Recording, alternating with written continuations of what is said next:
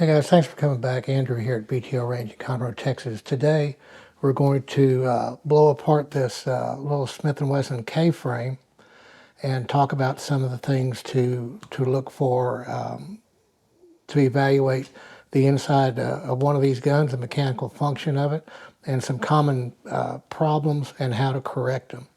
So first off, this particular gun is a model 66-1, dates from about 1975.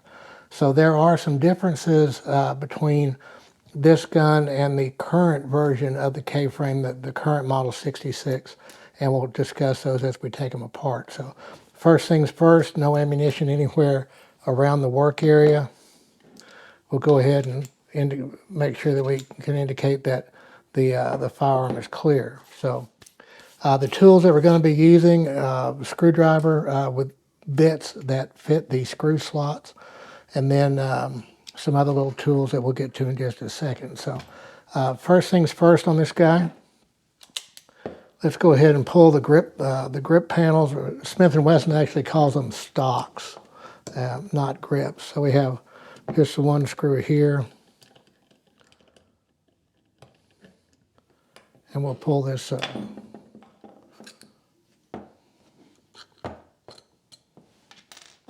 Now on some of these older Smith & Wesson guns, you may find either ink stamping or pencil marking here where with date stamps. This particular revolver doesn't have that, but it's not uncommon to find it in there. So also on your Smith & Wessons, this is the official location of the serial number on this K-frame gun. You'll also find that serial number on the post-1957 guns. You'll find them inside the crane here, hand-stamped, much harder to read. It's much easier to read them on the butt. However, depending on the grips, those may be covered up. So we'd prefer to get the serial number off the bottom of the butt of the gun if we can. That's where the serial number will be on all Smith & Wesson revolvers, even the older ones. On the older guns before 57, there'll be a number in this crane, not the serial number. It's just an assembly number matching the yoke to the crane. Serial number is present here. But on those older guns, the serial number is also present on the bottom of the barrel flat, on the back of the cylinder, and in a few other places. But for legal purposes, that's the one that counts. Okay, the first thing we're going to do is we're going to dismount the cylinder from the frame. The cylinder on the Smith & Wesson is held in place by the front side plate screw. Now when you take the grips off, you see all three side plate screws. Earlier guns had a fourth screw in here, and then there was a fifth screw here. The most current guns, they've re-added on the classic series of Smith & Wesson. They've added the larger cap, the larger screw in the top of the side plate. But this is a traditional, I guess, if you will, 3-screw side plate gun. So notice the screws are different. This screw is a flat head. These screws are not designed to interchange. This screw is a flat head under the grips. On this particular gun, these screws should be the same. On the later guns, the current guns, the front side plate screw is larger in diameter. So let's pull this out.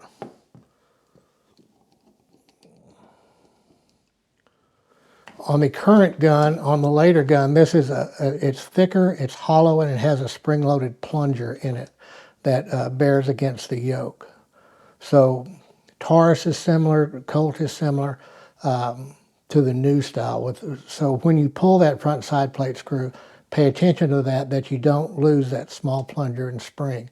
This one doesn't have that, so we're going to put that screw in there. So once we've pulled that screw, we can open our cylinder.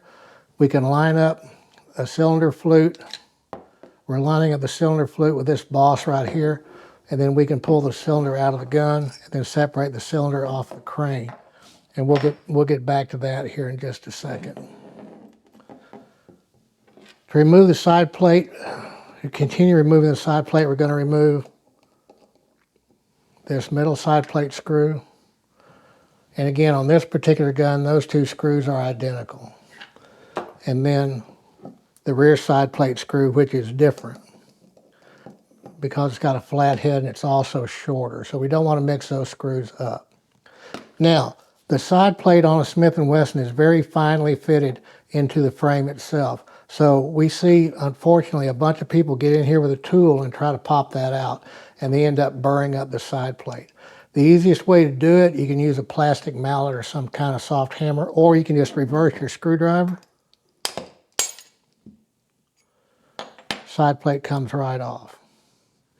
And that leaves us with the hammer block, which probably vibrated loose when you did that. So the next thing we're going to do is we're going to remove this hammer spring. The hammer spring is retained in a slot in the bottom of the frame, and it's tensioned by this screw right here. Now, we find a lot of people, by backing this screw out, we're reducing the tension on this spring, reducing the double action pull weight of the trigger. Unfortunately, we're also doing two things.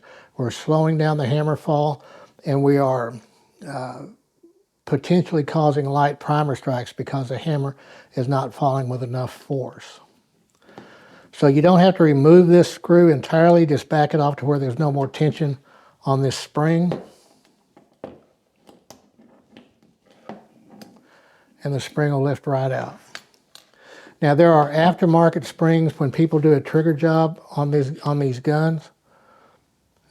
We used to, back in the day, we used to put an aggressive bend right here where this slight bend is. We'd make it a more aggressive bend.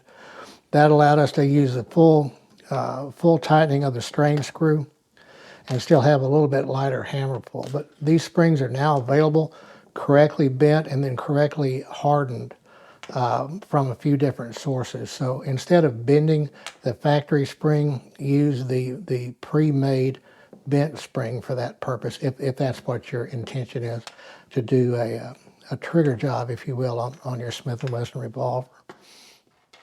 So once we have that out, now we can start removing the rest of the insides here. So the next thing we're going to remove is the rebound slide. The rebound slide is a block. It does a couple of different things with this gun. It's powered by this little spring that operates against this frame-mounted post. It does two things. It gives you the trigger reset forward, but this interface right here also pushes the hammer and causes the hammer to rebound. So what we have to do to remove this is we have to get in here with a tool. Now there are tools, special little not drill bits, screwdriver bits, to get in here and compress this spring while we lift up. I've been doing it this way for, I don't know, 40 years, and it's always worked. So bear in mind that there's a lot of spring tension under here. That's the rebound slide spring. That's the rebound slide. So these two, if you were to buy a spring kit for a Smith & Wesson K-frame, it would come with these two springs. It may actually come with several of these, of the rebound slide spring, in different weights, so you could tune the trigger. Be cautious with that. The lighter this spring is, the less forceful the trigger reset is, the more likely you are to short stroke the gun in double action. So everything has a trade-off. You get a lighter double action trigger pull, but then you get a lighter trigger reset also. The rebound slide, if you were going to do the trigger job, is you would polish with flitz or some metal polish. You'd polish this surface. You'd also polish the back side here. And then you can polish this tunnel here where this spring rides. So you polish those three sections of that part in order to get a better trigger pull. So now we can remove the hammer. We have to pull the thumb piece back. When we pull the thumb piece back, it brings this lock back, and we can then rotate the hammer backwards. And on this particular gun, there we go.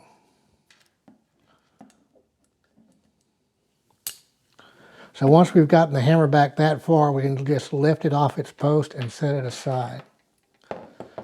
So we have multiple things going on with this hammer. We have the spring stirrup here that's pinned. We have the double action sear here that's pinned here.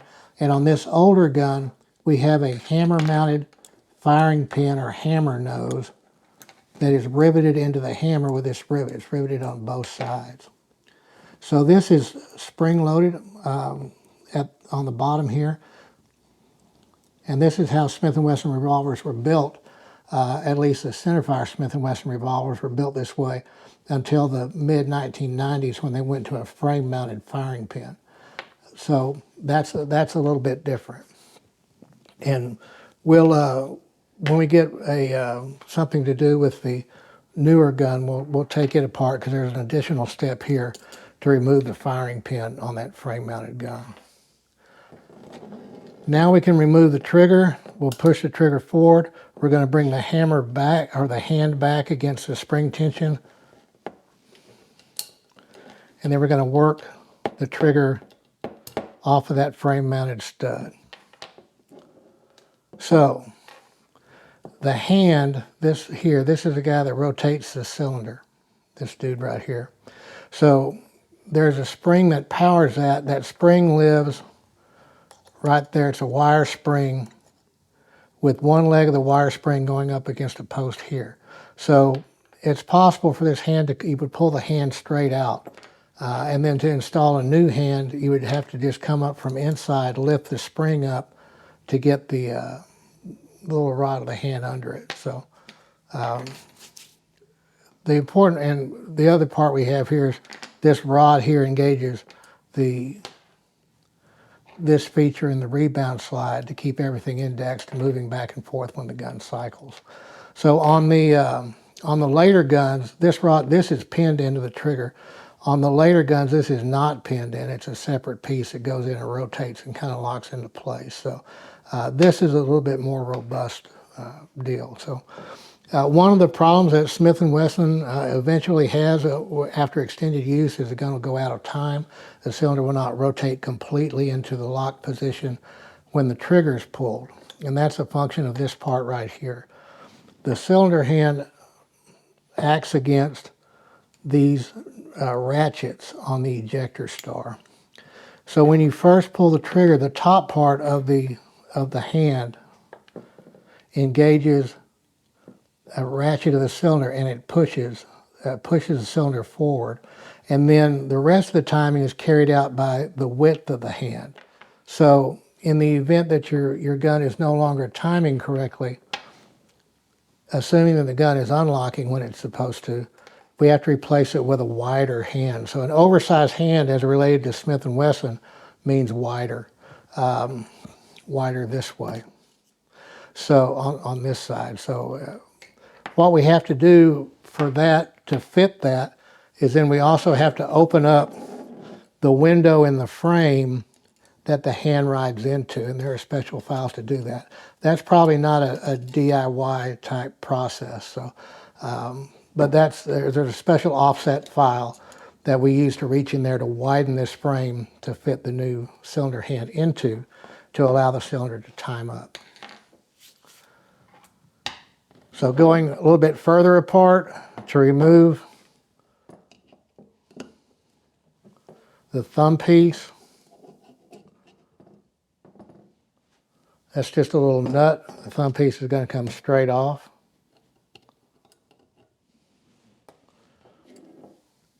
So now this part here, there's a post that goes through the recoil shield here, and there's a spring and plunger back here that pushes it forward. So this spring and plunger is not captured. So the easiest way to pull this out is to bring this back and then lift it out and then ease this forward. Now this is not a captured piece and it's tiny. So I like to go ahead and pull it out and put it to the side. That way I can't accidentally lose it. So when we have problems with the gun not locking up, sometimes we have grit in here that's causing this to be out of line. Sometimes I can cause it to be sprung out of its little slot here in the frame, and it's not not allowing the hammer to rotate back. The hammer moves back and forth, and if this is sticking out this way, then the hammer can't pass it. So also when the cylinder is open, this is actively moved forward and is blocking that, so the hammer can't run backwards. So everything has to be in line in order for this gun to function correctly. So now that we're not completely apart yet, there's one thing left in here. It's the cylinder lock. Now on 4-screw Smith & Wessons, there was a screw in the front of the trigger guard.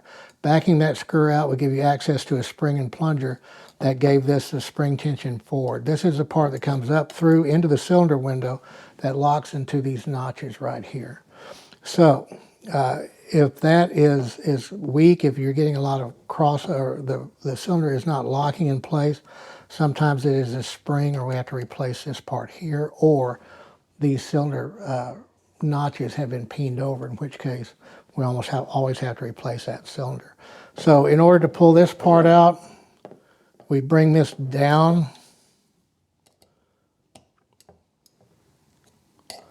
and we have to get underneath it and start working it up out of its slot in the frame.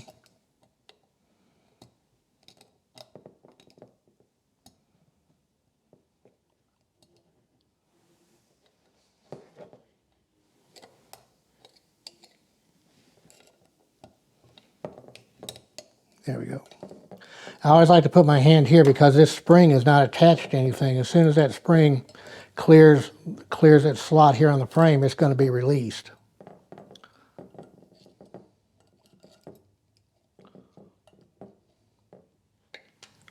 So that just comes loose like that. It's just a little coil spring. So this, obviously, you can make it with coil spring stock. Whoop, my screwdriver's gotten a little magnetized. It's a good idea to just now, you can, if you want to take it further apart, you just remove this screw here, pull the rear side off, and then you have a fairly stripped frame. And you can either go into the ultrasonic cleaner or just clean it with the old toothbrush. And I've actually used soapy water, just real hot soapy water. That way it evaporates, and then just oil it back. So that's how to take one apart. We haven't taken this cylinder apart yet. Yeah, I didn't bring. Let me run grab one other tool real quick that I did not bring, and we'll pull this cylinder apart real quick. Okay. The cylinder rod here is reverse thread. So these are just some parallel pliers with non-marring jaws. There we go. There's a special tool again that clamps onto that, screws down if you have a really tight one, or we use padded jaws on a bench vise. So again, reverse thread. Now we can remove the extractor star from the back. So as you can see, that's pretty filthy.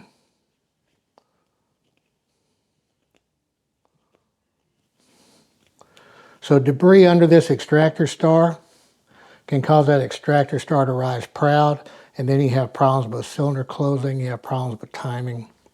It causes all kinds of problems. And then excessive buildup in these charge holes here can give you problems as well. So there is a groove here in this extractor star that corresponds to a track here in the cylinder, so there's really only one way it can fit back in. So it's a good idea to clean this periodically, and you can just use the same cleaning brush that you use for the chambers, and then run a patch in there and get all the excess solvent or excess lubrication out of there. We have a few different things going on here. We have a spring inside of a spring. That's the extractor spring.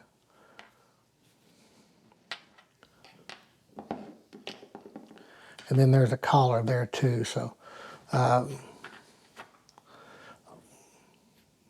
all these things fit together to lock the gun together. So this particular rod does two things. It fits into, let's see if we can see it on this top camera. It fits into this hole here to lock the gun. And this part of the extractor rod, this hollow part of the extractor rod here, is engaged by this spring-loaded plunger in the front of the gun. So the gun's locking in two places with the cylinder closed. The center pin here, and then the extractor rod clicking into this spring-loaded plunger right here. So one thing we see happen on these Smith & Wessons is the person will push the thumb latch forward and be unable to bring the cylinder out of the gun. And what's typically happened in that case is the extractor rod has backed out to the point where it won't clear this plunger anymore.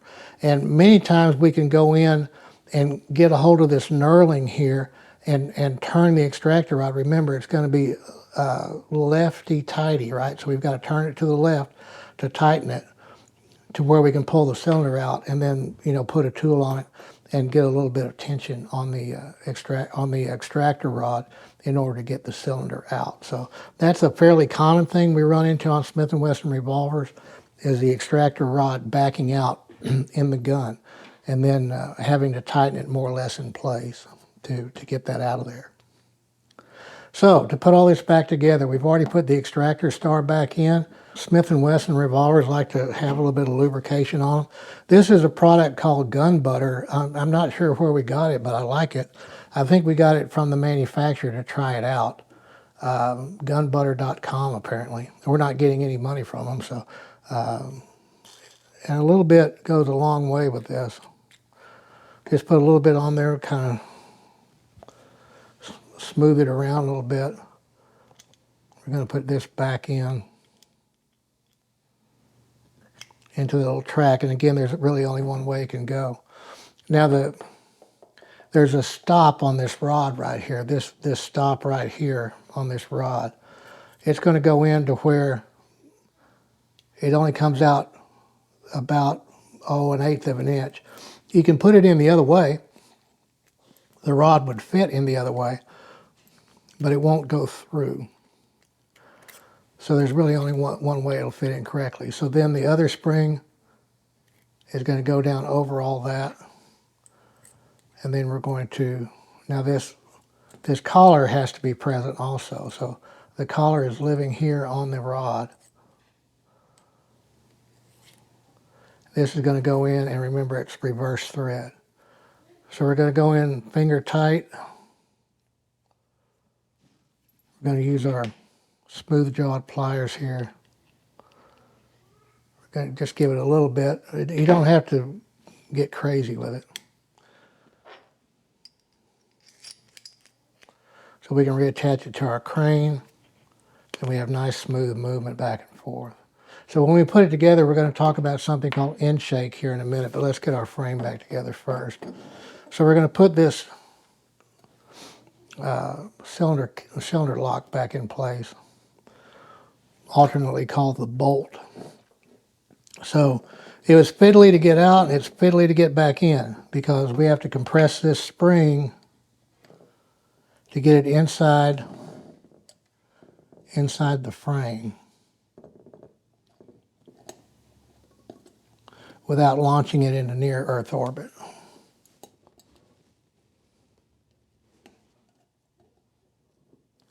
So it has to kind of press down straight. If you press it down at an angle like that, you'll never get it down. That's what I was struggling with just a second ago. And then it'll pop back into place just like that. So that's one of the hardest little pieces of the whole thing. So now we're going to put our thumb piece and locking bar back in. Our tiny little spring and plunger here goes in this tiny little hole back here. I like to put just a little bit of lubricant. You don't have to use this stuff. You can use just good old-fashioned oil. Now we're going to come in this way from the back, compress that spring, drop that into place. Now we're spring loaded here, so it'll kick back through to where you can see it through the recoil shield there. So that guy's back in place. We're going to come back in with our trigger. I like to put a little bit of oil down here on the trigger boss. A little bit on that itself. Now there were some engineering changes in Smith & Wesson. These used to be flat, then they radiused them. That caused a dash. I think that was a -1 or -2, depending on which model. So that goes into place. And then the cylinder hand should have spring tension and come up through its window in the frame here. You should also have this bar right here, right there, visible, so that it's going to be able to engage the hammer of the rebound slide. The hammer can go back in now, and this is another little fiddly thing. We're going to bring our trigger to the rear, but in order to get the hammer in, that's got to be to the back.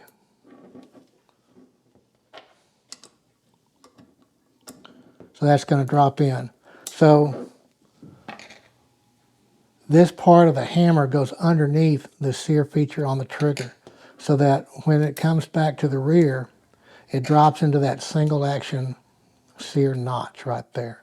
So in double action, this feature of the trigger bears up against the double action sear until it's far enough for the hammer to drop back down. In single action, it locks there. Remember, it's got spring tension here, and then pulling the trigger back to the rear allows it to drop down. So now we can put our rebound slide back in. The spring goes in. If we polished, done our polishing and cleaning, we're going to make sure that this little stud right here fits into this hole in the face of the rebound slide. So now, again, there's a bit for that, but I've never been coordinated enough to use it. I've got a Phillips head that's just big enough for me to get in here.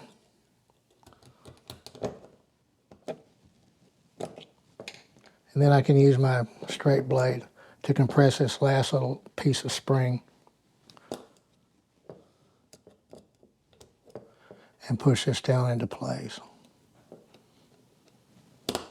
There.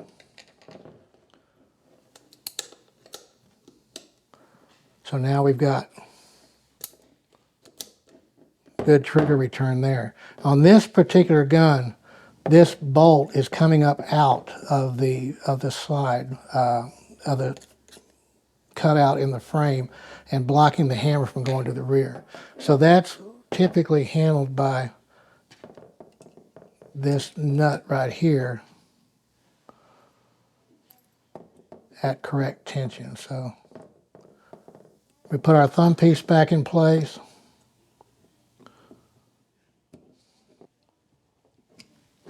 So again, it doesn't have to be super tight, but it's got to be tight enough to where it holds this bar from blocking the hammer.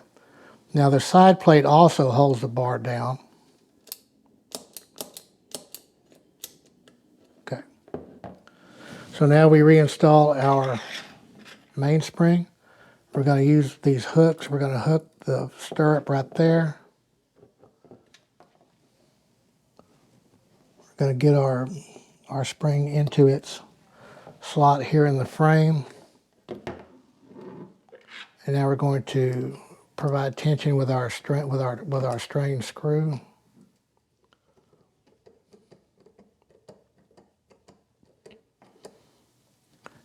And going all the way tight. You're going to want to not go all the way tight so as to have better trigger pull, but that can back out and cause you more problems. The hammer block, it just fits right on this stud coming off the rebound slide, so it fits just right in there like that. I like to put just a little bit of the lubricant back on these studs here. I put a little bit right here where that rebound, where the hammer block goes, and a little bit right here. Anywhere where there's a possibility that we're going to have some rubbing. And it doesn't have to be a whole lot. It just needs a little bit.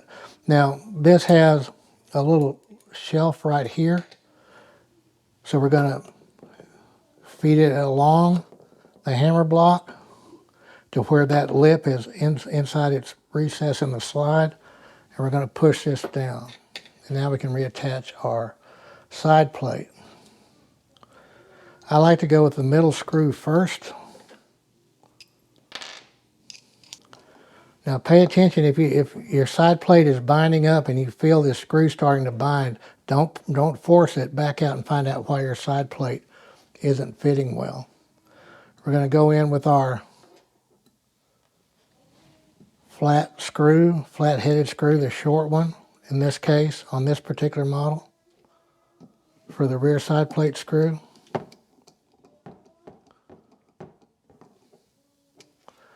And now before we put this screw in, we need to put our cylinder back in.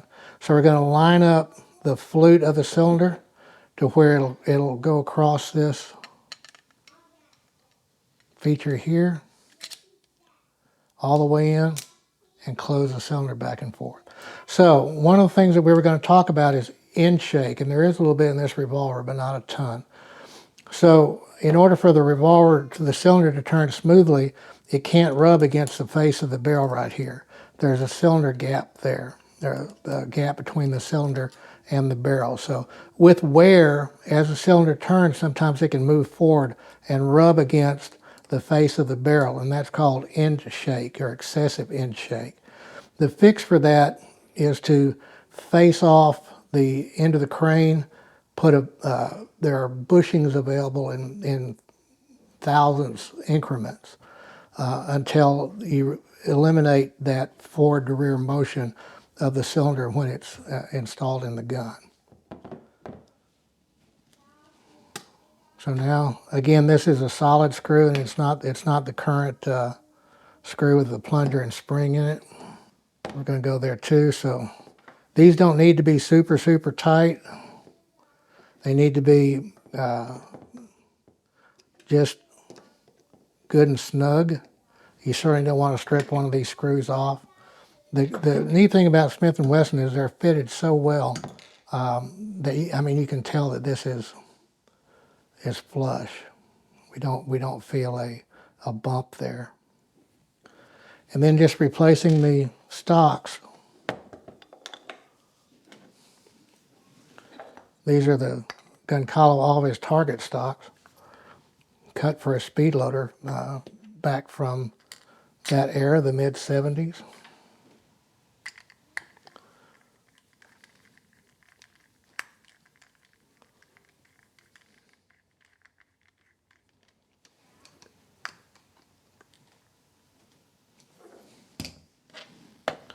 So we're going to function test the gun.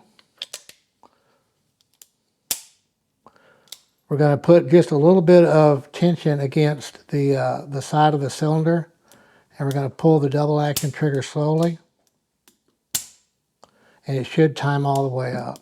Now on Smith & Wesson, the trick on checking timing is to check the timing slowly. And we should lock, or you should hear that cylinder lock come up right before that hammer falls. And this is just, I mean, right before the hammer falls. Now, when you pull the trigger rapidly, or when you cock the hammer vigorously, there's enough inertia to carry that cylinder over into the trigger lock, and it can mask the out of time condition. So that's why we do that slowly. We want to make sure that the gun's inoperable with the cylinder out. We see the thumb piece come back like it's supposed to. The gun does not push off on single action. If it were to push off on single action, there's some type of wear or issue in either the full cock notch on the hammer itself or the full cock tip on the trigger. And usually it's because somebody's been aggressively polishing or stoning stuff they should not do. We should have spring tension here on this hammer nose, and it should spring tense it down. If there's no spring tension there, there's a good chance that when the hammer falls, this is going to be out of position and you'll peen the hammer nose. In that case, this rivet has to be defeated, a new nose peened in with a new spring underneath that. So, and again, we have cylinder comes out freely, turns freely. We have good extractor motion. So basically, that's all we need to do to this particular gun. That's a Smith Wesson K-frame. The same thing applies to the L-frame and to the N-frame. The J-frame is a little bit different because it's got a coil spring instead of that leaf spring. And then the new model, the current guns from the with all the metal injection molded parts and the frame mounted firing pin and the internal lock. This doesn't have the internal lock. So we'll do another episode on the new Smith & Wesson with those parts and some of the challenges that they present at a later time. Hey, thanks for watching. If you like what we're doing, hit that like button, hit that subscribe button, drop us a comment. We appreciate all the support you've given to the channel, and we'll see you next time.